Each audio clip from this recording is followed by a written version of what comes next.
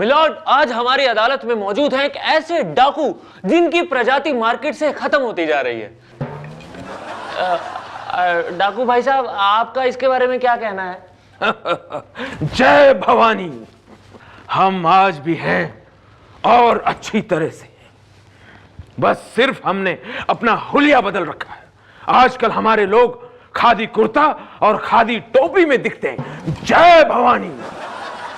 देखिए, आप पर यह भी आरोप है कि आप अपने अलावा और किसी के लिए कुछ नहीं करते। आपके होम टाउन चंबल का क्या हाल है? जय भवानी। चंबल हमारे लिए श्रद्धा स्थान है। हमारी कोशिश है कि चंबल को वर्ल्ड हेरिटेज साइट का दर्जा मिले। जय भवानी। देखिए, आप पर यह भी आरोप है कि आपने चुनाव में खड़े होने का वायदा किया था लेकिन खड़े नहीं हुए, क्यों? जय भवानी। हम उनके पास टिकट के लिए गए थे। उनको मैंने बताया कि मैंने 82 मर्डर, 104 डकैती और 14 अपहरण किए। वो कहने लगे पॉलिटिक्स के लिए ये सब कम है, अगली बार और तैयारी से आना। जय भवानी। देखिए, हमने ये भी सुना है कि आप पुलिस के डर से शादी नहीं कर रहे हैं। पुलिस से कौन डरता है? पुलिस की बंदूक तो हमारे लिए खिलौना है, लेकिन घर जाकर तोप का मुकाबला कौन करेगा? इसीलिए भाई साहब मैंने शादी नहीं की। मिलॉर्ड, आज हमारी अदालत में मौजूद है एक ऐसा शख्स जो सिर्फ चंद सिक्कों के लिए पूरे देश के लोगों की भावनाओं के साथ खेलता है। जी हां, मैं बात कर रहा हूं क्रिकेट मैच फिक्सर की। Hello hello. देखो, तुम पर सबसे पहला इल्जाम यह है कि तुम क्रिकेट मैच फिक्सिंग करते हो। हाँ, तो ना करूं? ये प्रोफेशन नया नया निकला है, इसमें काफी लोग रोजगार मिल रहा है। फिर मैंने देखा हर देश के लोग फिक्सिंग कर रहे हैं, हर खिलाड़ी फिक्सिंग में शामिल है, तो मैं भी शामिल हो गया। देखो, तुम्हें पता है कि तुम्हें इससे जेल हो सकती है, तुम अंदर जा सकते हो। तो मैं बाहर क्या उखाड़ रहा हूँ? देखो, फिक्सिंग वाले खेल में सिर्फ एक मोबाइल की जरूरत होती है। हमें अंदर कर दो, हम अंदर मोबाइल अरेंज कर देंगे। जब तक मोबाइल है कोई रोक नहीं सकता। देखो, तुम्हें पता है इंडियन क्रिकेट टीम श्रीलंका से नाक कटाकर वापस लौटी है। अरे बहुत बुरा हारी है, उसमें तो मेरा बहुत नुकसान हो गया। देखो, मैं यहाँ तुम्हारे पर्सनल फायदे नुकसान की बात नहीं कर रहा हूँ, मैं यहाँ पूरे देश के नुकसान की बात कर रहा हूँ। तुम्हें पता है कि इंडियन क्रिकेट टीम श्रीलंका से नाक कटाकर वापस लौटी है और तुम्हारा यह कहना है कि तुम्हारे पास उनके लिए एक बहुत अच्छा प्लान है। क्या प्लान है वो? मैं सरकार को सजेशन देता हूं, ये जितने क्रिकेट खिलाड़ी हैं अपने, उनको दिल्ली बुलाओ, उनके साथ मीटिंग करो और सबसे पहले उनके बैट, ग्लव्स, बॉल, स्टंप्स सब छीन के साइड में फेंक दो। अभी उनसे कहो अब आप लोग ऐसा करिए, देखिए अभी अभी कॉमनवेल्थ गेम होने वाले हैं, देश के ऊपर तो कुछ भी नहीं है, तो आप लोग इसमें मदद कीजिए। थोड़े दिन क्रिकेट ना खेलिए। सहवाग और गंभीर इनको दे दो कॉमनवेल्थ गेम का साइकिल स्टैंड, वहाँ के पर्चियाँ वर्चियाँ देखें, उसका ध्यान रखें। फिर विदेश से जो खिलाड़ी आते हैं, इरफान और यूसुफ से कहो कि उनको एयरपोर्ट से लाएं, होटल में छोड़ें, जाके होटल में बराबर चेक कर लें पानी आ रहा है, पानी लीक तो नहीं कर रहा है। फिर ट्रेन से जो प्लेयर आ रहे हैं, ट्रेन में वहाँ जाएँ, देखिए कुली उनको लूटे नहीं, तो कुली के पास जाके उनको सही समय से गाड़ी वहाँ पहुँचाएं, बस को ले जाएं, उनको वहाँ लाएं। भाई देश की इज्जत जुड़ी है कॉमनवेल्थ गेम में। भाई साहब, तुमने सारे खिलाड़ियों के बारे में बता दिया, लेकिन तुमने धोनी के बारे में तो कुछ बताया ही नहीं। अरे धोनी का रहने दो, उसकी नई नई शादी हुई है, उसको एंजॉय करने दो। मेहमान आने वाले हैं, ये हैं कॉमनवेल्थ गेम के महान खिलाड़ी मिस्टर नरेश कलमाड़ी। स्वागत कीजिए कलमाड़ी साहब का। कलमाड़ी साहब नमस्कार शाहरुख जी। जी, मैं जो हूँ मला कळत नाही, मला काय होते। आप भी बुरा मत मानिए। एक्चुअली कॉमनवेल्थ गेम का इनके दिमाग पे गहरा सदमा हुआ है। हाँ, कलमाड़ी साहब बैठ जाइए।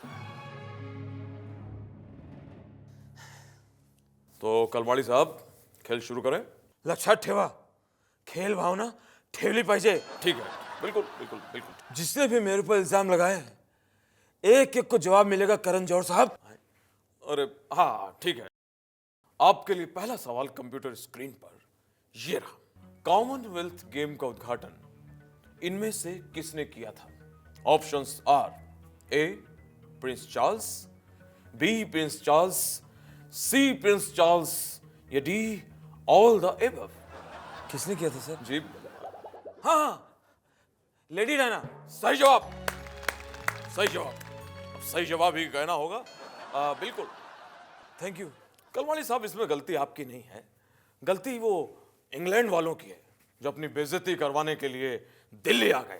हाँ, आपका अगला सवाल बहुत तेजी से कंप्यूटर स्क्रीन पर आ रहा है, आने वाला है, और ये रहा। इनमें से कौन पूर्व राष्ट्रपति नहीं थे?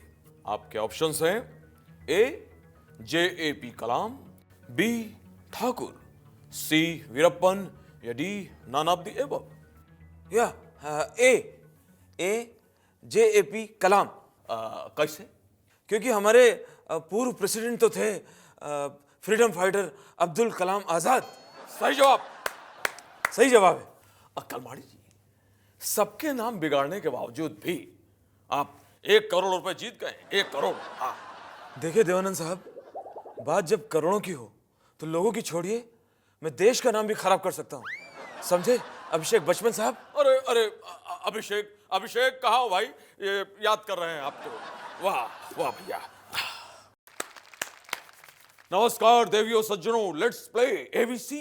आज हमारे सामने जो कंटेस्टेंट आने वाले हैं, सारा शहर इनको लायन के नाम से जानता है। प्लीज वेलकम जीत साहब। सारा शहर मुझे लायन के जी नाम। जी, यही मैंने अभी बता दिया है, तो मुझे नहीं लगता लोग दोबारा सुनना चाहेंगे। Thank you for the heart seat. ये हॉट या बाजार में पड़ी हुई मामूली कुर्सी नहीं है, ये है हॉट चेयर, गरम कुर्सी। गरम कुर्सी में मुझे बिठाकर क्या तुम मुझे लॉयन तंदूरी बनाना चाहते हो? Smart boy. आपके लिए पहला सवाल कंप्यूटर स्क्रीन पर ये रहा। एक लड़का और एक लड़की के बीच कितना चक्कर है, यह जानने के लिए आप क्या करेंगे? ए, दोनों के पीछे कुत्ते छोड़ देंगे, बी, पड़ोस की शर्मा आंटी से पूछेंगे, सी, दोनों से डायरेक्टली पूछेंगे, या डी, लड़की के पीछे अपने गुंडे लगा देंगे। स्मार्ट, लेकिन आंसर है ई। कैसे? उन दोनों को रिवॉल्विंग चेयर में बिठा देंगे और आहिस्ते आहिस्ते घुमाएंगे, ताकि साफ पता चल जाए इन दोनों के बीच में कितना चक्कर है। सही जवाब। बहुत ही खूब खेल रहे हैं, उम्दा खेल रहे हैं। और आपके लिए अगला सवाल ये रहा। मिकी माउस को रामायण सीखने और पढ़ने के लिए क्या करना चाहिए? आपके ऑप्शंस हैं ए, रामायण को इंग्लिश में ट्रांसलेट करना चाहिए, बी, शुद्ध हिंदी सीखना चाहिए, सी, रामायण की DVD लाके घर पर देखना चाहिए, या डी, रामानंद सागर से स्वर्ग में मुलाकात करनी चाहिए। ऑप्शन है ई। मिकी को अपने आप को वाल पे यानी कि दीवार पे लटकाना होगा। जब मिकी वाल पे लटक जाएगा वो वाल्मीकि हो जाएगा और उसके बाद उसे खुद ब खुद रामायण आ जाएगी।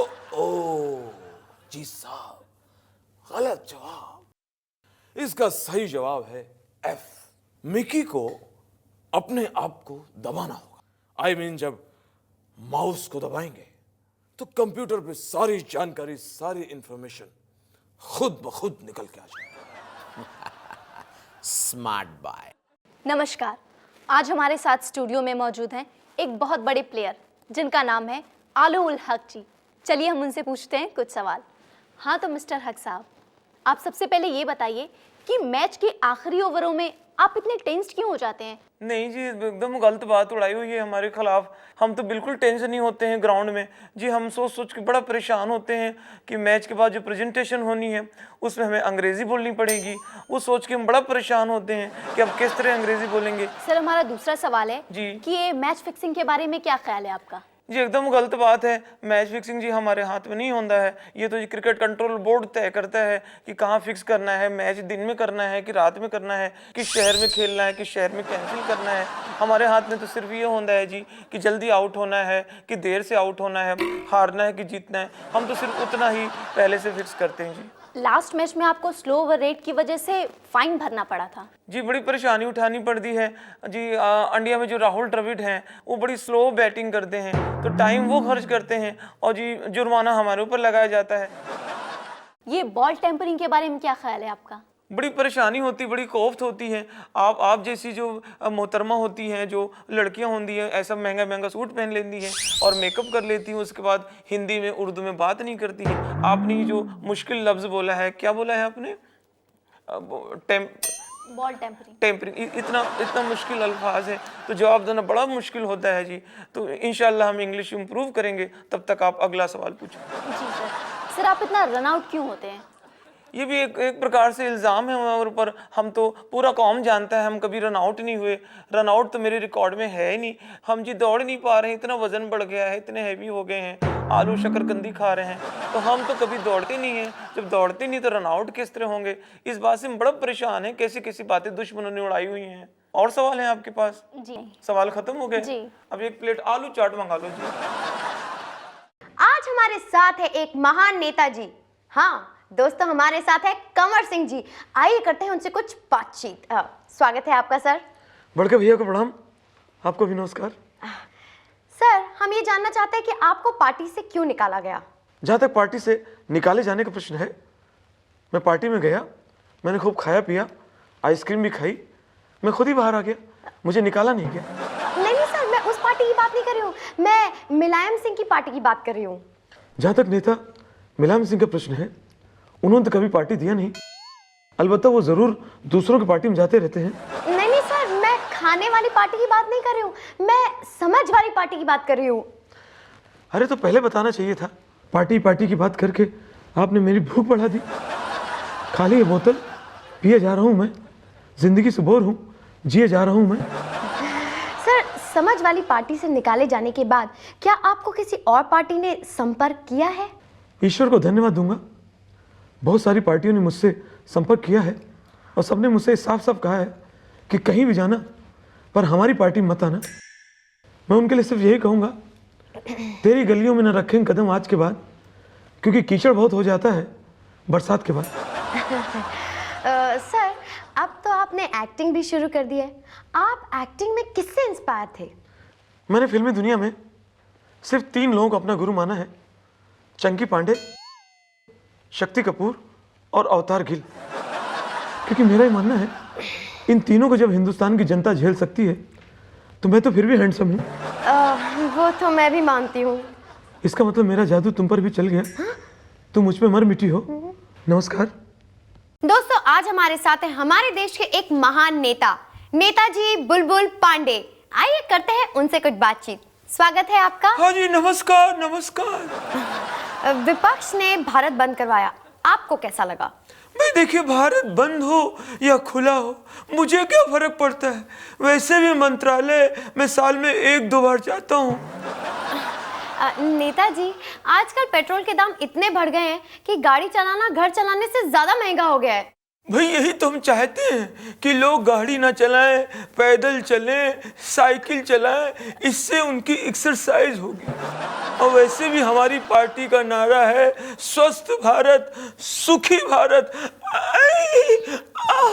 नेताजी, आपको डर नहीं लगता? अगर ऐसे ही चलता रहा तो आपकी सरकार तो गिर ही जाएगी। भाई जो पहले से गिरी हुई हो वो भला और क्या गिरेगी। आज हमारे साथ है हमारे देश के एक महान नेताजी। जी हाँ, हमारे साथ है मुलायम सिंह जी। आइए करते हैं उनसे कुछ बातचीत। स्वागत है आपका। नमस्कार। नेताजी, सुनने में आया है कि कंवर सिंह जी को पार्टी से निकालने में आपके भाई का हाथ था। मैं एक बात साफ कर दूं। क्या? साफ कर दूं कि पूरा हिंदुस्तान जानता है। कौन जानता है?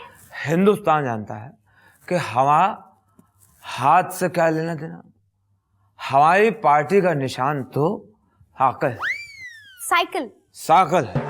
और रही बात कंवर सिंह को अपनी पार्टी से निकालने की, तो हम कंवर सिंह को बताना चाहते हैं कि अगर तुम्हारे पास बड़के भैया है तो हमारे पास बढ़के भैया है। नेताजी, आप विधानसभा में इतना हंगामा क्यों खड़ा कर देते हैं? पूरे उत्तर प्रदेश विधानसभा के विधायक इस बात के साक्षी हैं, गवाह हैं कि हम जब भी करते हैं खड़े होकर नहीं करते, हम बैठ कर करते हैं। हंगामा और विरोध प्रदर्शन